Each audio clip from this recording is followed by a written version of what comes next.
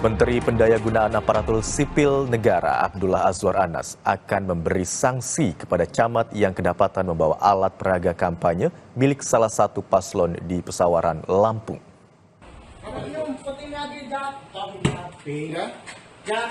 Azwar Anas menyebut sesuai dengan aturan yang berlaku, seluruh camat akan mendapatkan sanksi berat hingga pidana. Azwar Anas pun menyayangkan ada oknum aparatur sipil negara yang ditemukan tidak netral menjelang Pilkada 2024.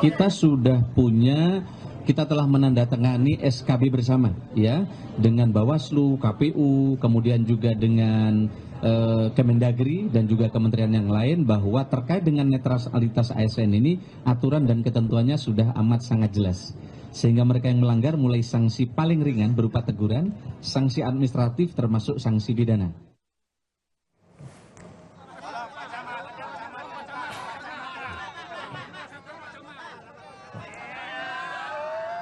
Sebelumnya, Camat Negeri Katon Kabupaten Pesawaran, Provinsi Lampung, Enggro Pratama dipergoki warga membawa alat peraga kampanye salah satu calon Bupati Pesawaran di dalam mobil miliknya. Padahal sebagai ASN, Camat haruslah bersikap netral dalam kontestasi pilkada. Badan Pengawas Pemilu Kabupaten Pesawaran, Lampung telah memeriksa 15 orang terkait kasus ini. Saat dimintai keterangan oleh warga, Enggo Pratama ditemukan tengah bersembunyi di bawah meja di ruang kerjanya.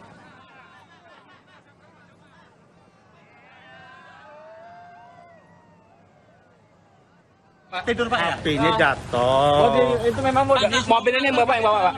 Bukan. Nganternya kok pakai celana pendek Pak? Ya, Tidur di bawah mejanya bisa sampai 3 jam ya Bang ya?